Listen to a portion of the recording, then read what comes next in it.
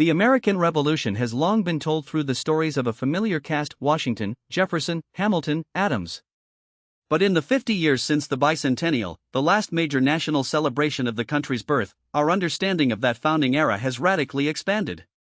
That's the premise behind a new New York Times feature marking America's 250th anniversary, which turns the lens away from the famous and toward the overlooked.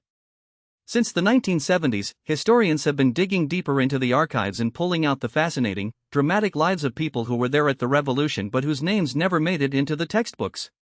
These weren't generals or statesmen. They were everyday people, the kind of men and women whose contributions quietly shaped the outcome of a war and the birth of a nation, yet who were passed over in the grand historical narrative for generations.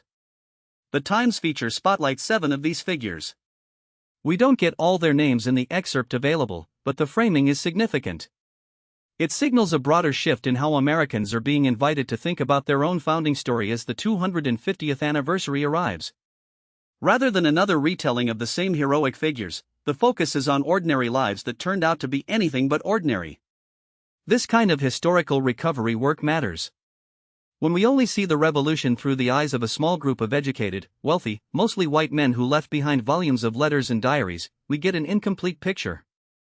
The revolution touched and was shaped by soldiers who couldn't read, by women who ran farms and businesses while their husbands were at war, by enslaved people navigating impossible choices, and by immigrants whose loyalties and motivations were complicated and human. Historians since the 1970s have worked to tell those stories, and this anniversary is an occasion to bring that scholarship into wider public view. The 250th is a moment to ask not just what happened, but who was there and whose version of events has been missing from the story we've told ourselves. That's the conversation the New York Times is opening up as America marks a quarter millennium of independence. And it's a timely one. Thanks for listening.